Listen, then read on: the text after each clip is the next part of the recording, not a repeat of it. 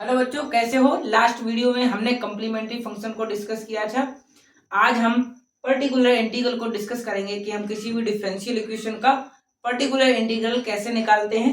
इसके कुछ मेथड्स हैं। जैसे मान लीजिए आपके पास कोई भी डिफरेंशियल इक्वेशन दे रखी है d2y/dx² plus p dy/dx plus qy बराबर r।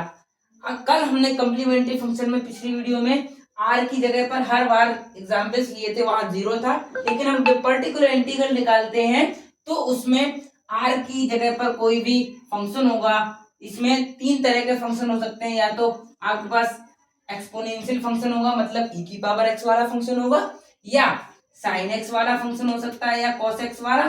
ठीक है, तो या तो आपके पास कोई अलजेब्रिक फंक्शन होगा, कोई पॉलिनोमियल दे रखा होगा। इस टाइप के आपके पास तीन तरह के फंक्शन हो सकते हैं।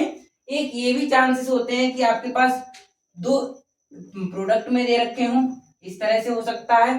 ठीक है, तो इन्हीं तीन चार मेथड्स होते हैं। इन तीन चार फंक्शंस का हम पर्टिकुलर इंटीग्रल इस तरह से कैसे निकालते हैं, आज हम उसको सीखेंगे। तो देखिए, तो हमारे पास इस तरह की इक्वेशन होती थी जिससे हम उसका कम्प्लीमेंट्री फंक्शन निकालते थे। आज हम सीखेंगे पर्टिकुलर इंटीग्रल को। तो कम्प्लीमेंट्री फंक्शन के लिए पहले तो हम इक्वेशन बना लेते थे d² - 3d प्लस 2y बराबर e की पावर 5x। ठीक है, तो हम इसकी ऑक्सिलरी इक्वेशन बनाते थे। तो क्या बनाते थे, m² - 3m प्लस 2 बराबर 0। इसके फैक्टर कर लेते थे, m-3 और m प्लस क्या आएगा हमारे पास कि गुणा करने पर 2 आ जाए और जोड़ने पर 3 आए, तो -2m और -m प्लस 2 बराबर 0। m कॉमन ले लेंगे, m-2 माइनस m कॉमन लेंगे, m-2 तो m-2 और m-1। ठीक है, तो हमारे पास दो इसके फैक्टर आ गए, तो m बराबर आ गया हमारे पास 2 और m बराबर आ गया 1। ठीक है, तो हम कम्प्लीमेंट्री फंक्शन कैसे निकालते थे इसका, c1 e की पावर जो था e की पावर में लिखते थे c1 e की power 2x plus c2 e की पावर x। ठीक है, अब आप देखते हैं, इतना तो आप पिछली वीडियो में भी सीख चुके थे।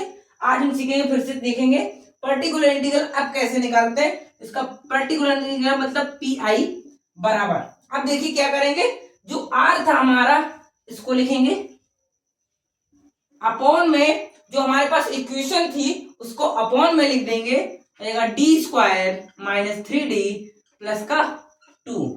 ठीक है, अब इस तरह से हम पर्टिकुलर इंटीग्रल को निकालते हैं। हम इसको सॉल्व कैसे करेंगे, अगर मान लीजिए यहाँ पर अभी तो e की पावर है, हमने बताए थे कि ये भी किस किस तरह के हो सकते हैं, साइन कॉस में हो सकता है, एक पॉलिनोमियल हो सकता है, या एक एक्सपोनेंशियल फंक्शन हो सकता है।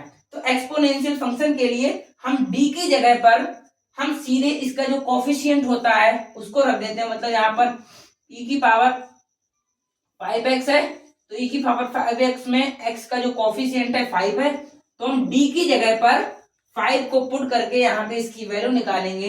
तो e की पावर 5x अपॉन 5² - 3 × 5 और प्लस का 2, तो क्या है e की power 5x upon 25 minus 15 plus 2। ठीक है, तो क्या आएगा हमारे पास e की पावर 5x अपॉन क्या आ जाएगा, देखिए 25 में से 15 जाएगा, 10 प्लस 2 बराबर 12 है, e की पावर 5x अपॉन 12। ये इसका पीआई हो गया। तो e की एक्सपोनेंशियल फंक्शंस का पीआई हम सीधे d की जगह पर जो e की पावर में कोफिशिएंट होगा उसको रख देंगे। तो अब देखिए, अगर यहाँ पर माइनस होता तो हम d की जगह पर -5 रखते।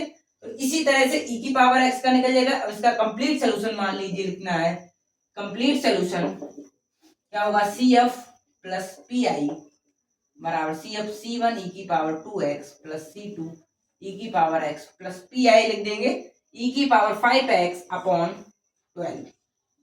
ये इसका कंप्लीट सोल्यूशन हो गया, नोट कीजिए। अब देखिए, अगर हमारे पास इक्वल में मतलब r की वैल्यू यहाँ पर अब साइन या कॉस होती, फिर भी कॉस और साइन में सेम होता है, एक्सपोनेंशियल में अलग होता है, वो एक्सपोनेंशियल वाला अभी दिखाया। अब देखिए इसको फिर उसी तरह से इसकी इक्वेशन लिखेंगे।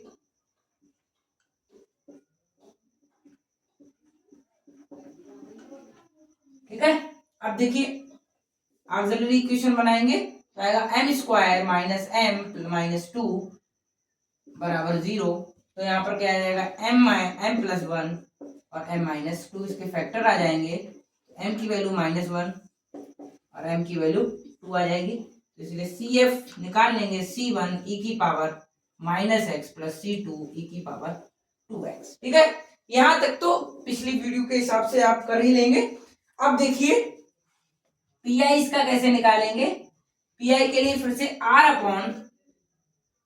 क्या हमारे पास sin 2x अपॉन जो इक्वेशन दे रखी है D square minus D minus 2।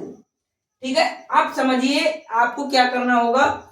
यहां पर क्या करते हैं, जो साइन एक्स हो या कॉस एक्स हो उसकी जो एक्स की गुणा में होता है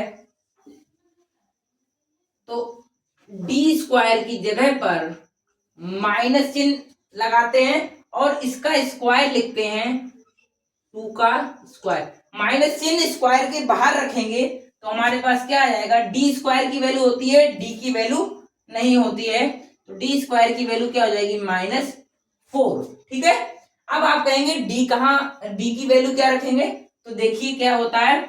अब डी स्क्वायर की जगह पर हमें -4 रखना है तो आ जाएगा sin 2x अपॉन -4 डी -2। तो sin 2x अपॉन -d -6।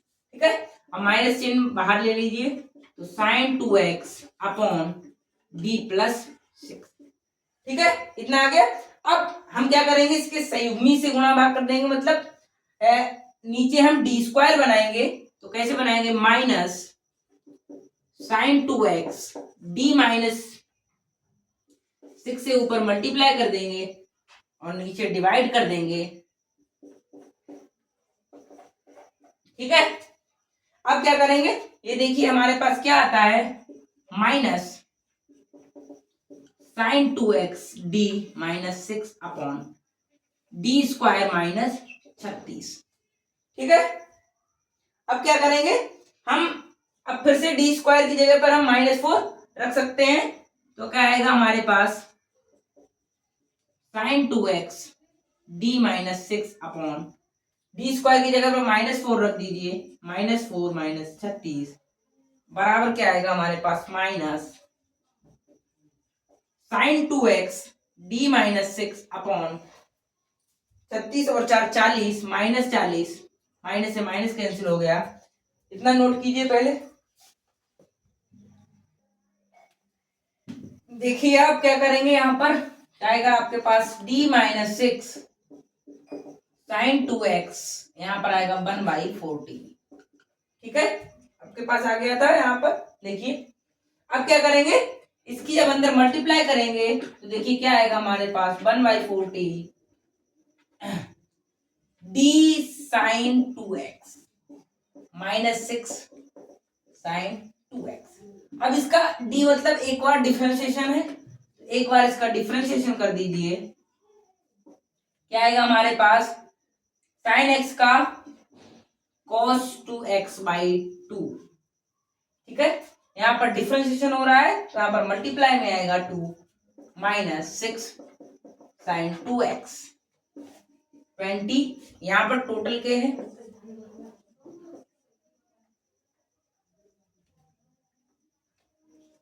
ठीक है, तो यहाँ से 2 कॉमन ले लीजिए तो यहाँ पर 6 3 आ जाएगा, यहाँ पर 2 से 2 कैंसिल आएगा। तो देखिए हमारे पास क्या आएगा cos 2x -3 sin 2x/20, ये हमारे पास पीआई हो गया। तो यहाँ पर कंप्लीट सोल्यूशन हमारे पास क्या हो जाएगा, CF प्लस पीआई। हमारे पास CF क्या है, C1 e की power -x plus C2 e की पावर 2x, और हमारे पास पीआई क्या है cos 2x -3 sin 2x/20। ठीक है, इतना नोट कीजिए। देखिए इसका एक मेथड और होता है, यहाँ पर हमारे पास कोई भी पॉलिनोमियल दे रखा हो देखिए एक एग्जांपल और है हमारे पास, d2y upon D x square minus plus 4y बराबर एक्स स्क्वायर।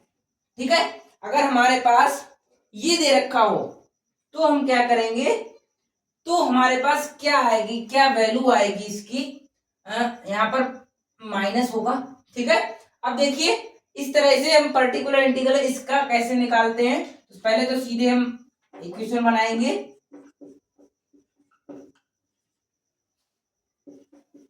ऑक्सिलरी इक्वेशन बनाएंगे।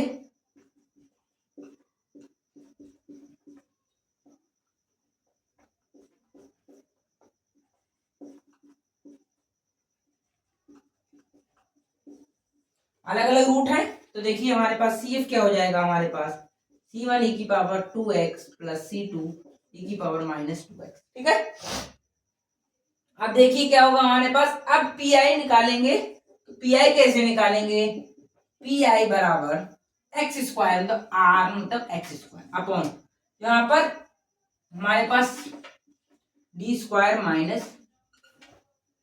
ठीक है, तो अब इसको कैसे सॉल्व करेंगे, अभी तक हमारे पास e की पावर एक्स था तो एक ए रख देते थे डी की जगह पर, साइन या कॉस एक्स था तो उसका कोफिशिएंट की माइनस का स्क्वायर रख देते थे। ठीक है, अब हम यहां पर क्या करें कि हमारे पास एक हमारा पी आई यानी कि पर्टिकुलर इंटीग्रल निकल कर आ जाए। तो देखिए सबसे पहले तो हम यहां पर वन बनाते हैं, तो इसीलिए हम 4 को जबरदस्ती कॉमन लेंगे, तो आएगा एक्स स्क्वायर बाई 1/4, 4 को कॉमन लिया है। ठीक है, तो आ जाएगा हमारे पास -4 कॉमन लेंगे तो हमारे पास क्या आएगा, ये प्लस में हो जाएगा 1। ठीक है, माइनस यहाँ प्लस था या माइनस हो जाएगा 1/4 डी स्क्वायर, ये हो जाएगा हमारे पास। हम क्या करेंगे यहाँ पर 1 बनाएंगे, वो भी प्लस का, और प्लस का 1 बनाने के लिए हमें चाहे डिवाइड करना पड़े चाहे मल्टीप्लाई करनी पड़े तो हम वो करेंगे। ठीक है, तो हमारे पास आ जाएगा -1/4 x square upon 1 - 1/4 d square. ठीक है, अब जो 1 - 1/डी स्क्वायर को हम ऊपर ले जाएंगे तो पावर माइनस में हो जाएगी, 1 - 1/4 डी स्क्वायर -1 हो गया और एक्स स्क्वायर। अब हमने फर्स्ट सेमेस्टर में एक्सपेंशंस पढ़े थे, इंटर में भी कुछ एक्सपेंशन पढ़े थे, तो हम इसको एक्सपेंड कर देंगे, -1/4 एक्सपेंड क्या करेंगे 1 plus 1/4 d square plus 1/16 d4 dead dead x square. ठीक है, अब हम एक्स स्क्वायर के अंदर मल्टीप्लाई कर देंगे तो हमारे पास क्या आ जाएगा, -1/4 x square plus 1/4 d square x square plus 1/16 d की power 4 x square plus dead dash. ठीक है, तो अब हम क्या करेंगे, इसको जब सॉल्व करेंगे तो हमारे पास देखिए डी स्क्वायर का मतलब इसका 2 बार डिफरेंशिएशन करना है, डी की पावर 4 मतलब इसका 4 बार डिफरेंशिएशन करना है। तो देखिए हमारे पास क्या होगा, -1/4 इसका 2 बार डिफरेंशिएशन करेंगे तो हमारे पास क्या आएगा, एक्स स्क्वायर का एक बार डिफरेंस करने पर 2x, 2 बार करेंगे तो 2, और अब 2 से ज्यादा बार करेंगे तो ये कांस्टेंट हो गया मतलब 0 आता चला जाएगा। तो हमारे पास देखिए क्या आएगा कि 2 से ज्यादा बार जब डिफरेंशिएशन होगा तो हमारे पास सारी वैल्यू 0 आ जाएंगी। तो क्या करेंगे, निग्लेक्ट कर देंगे हाइयर पावर ऑफ डी की हाइयर पावर को निग्लेक्ट कर देंगे, छोड़ देंगे, तो हमारे पास कहां तक आएगा, यहाँ पर आ जाएगा 2 + 0 0 0 ऐसे चलता रहेगा। यहाँ पर सब 0 हो जाएगा तो देखिए क्या आएगा, -1/4 एक्स स्क्वायर प्लस 1/2।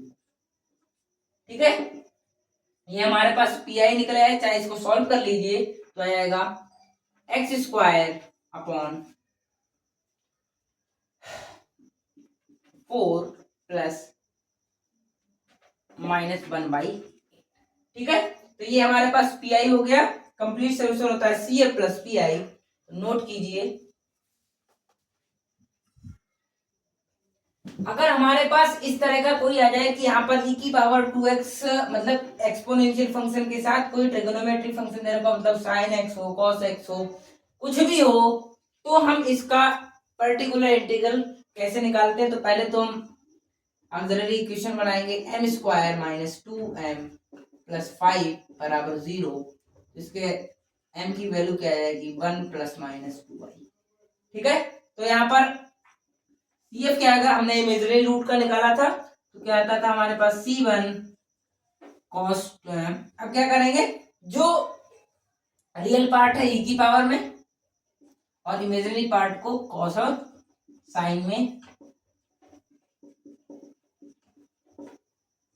तो हमारे पास CF निकल गए। अब PI है, PI कैसे निकालते हैं? PI बराबर R मतलब e की power 2x sine x upon D square minus 2d plus 5। ठीक है, अब जहां e की पावर x होगा, e की पावर x को अब क्या करेंगे हम, जो e की पावर x की जो x में जो मल्टीप्लाई मतलब इसका गुणांक होगा, जो कोफिशिएंट होगा x का, उसको d के साथ ऐड कर देंगे। मतलब यहाँ पर अगर +2 है तो d की जगह पर क्या कर देंगे? d+2। -2 होता है तो d-2, जो होगा उसको वैसे ही लिख देंगे चिन्ह के साथ। तो हमारे पास e की पावर x की गुणांक में क्या है? x की 2 है, तो हम क्या करेंगे? e की power x 2x sine x upon d की जगह पर क्या कर देंगे? d+2, मतलब जो कोफिशिएंट है उसको ऐड कर देंगे उसके साथ, तो d+2 का whole square minus 2 d+2 plus 5। ठीक है, अब इसको सॉल्व कर लेंगे, क्या आएगा? e की power 2x sine x upon क्या आएगा? D square plus 4d minus 2d minus 4 और प्लस का 5। तो -4 + 4 कैंसिल हो गया। देखिए क्या आएगा? e की power 2x sign x by D square 4 minus 2 और प्लस का 5। अब उसी तरह से क्या करेंगे? डी स्क्वायर की जगह पर साइन का कोफिशिएंट, तो डी स्क्वायर बराबर -1 का स्क्वायर मतलब 1 - 1 रखेंगे, तो क्या आएगा हमारे पास? e की power 2x sign x by -1 plus 2d plus 5 बराबर e की power 2x sign x by 2d plus 4। ठीक है, क्या करेंगे? अब हम इसकी मल्टीप्लाई कर देंगे, इसके संयुग्मी से गुणा भाग कर देंगे, तो क्या आएगा? Sign x by 2d plus 4, 2d minus 4 से मल्टीप्लाई कर देंगे और 2d माइनस 4 से डिवाइड कर देंगे। इतना नोट कीजिए पहले। अब देखिए हमारे पास e की power 2x 2d minus 4 sine x by क्या हो जाएगा? a plus B A minus B A square minus B square, तो 4d square minus 6d। D square की फिर से जगह पर -1 रख देंगे, तो क्या आएगा? e की पावर 2x। अब इसकी मल्टीप्लाई कर दीजिए इससे, तो आ जाएगा हमारे पास 2d sine x minus 4 sine x by 4d square की जगह पर -1 -16, हमारे पास आ जाएगा e की पावर 2x -4 और -20 हो जाएगा। और इसका अब डिफरेंशिएशन हो जाएगा d की जगह पर, d है तो मतलब एक बार डिफरेंशिएशन है, तो जाएगा 2 cos x minus 4 sine x. हमारे पास 2 कॉमन ले लीजिए, तो हमारे पास यहाँ 10 हो जाएगा, तो e की पावर 2x बाई 10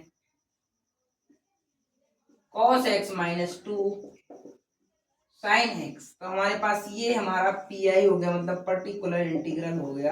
ठीक है, तो इसका कंप्लीट सोल्यूशन हमारे पास क्या हो जाएगा, कंप्लीट सोल्यूशन सी एस बराबर C F plus P I, complete solution हो जाएगा, नोट कीजिए। आज के लिए बस इतना ही। नेक्स्ट वीडियो में हम बीएससी फोर्थ सेमेस्टर के जो differential equation of second order के जो मेथड्स कराते हैं सोल्यूशन के, उनको रेगुलर कराएंगे। तो इसीलिए इस चैनल को सब्सक्राइब कर लें और ज़्यादा से ज़्यादा इस वीडियो को शेयर करें, इससे ज़्यादा से ज़्यादा बच्चे हमारे साथ जुड़ सकें।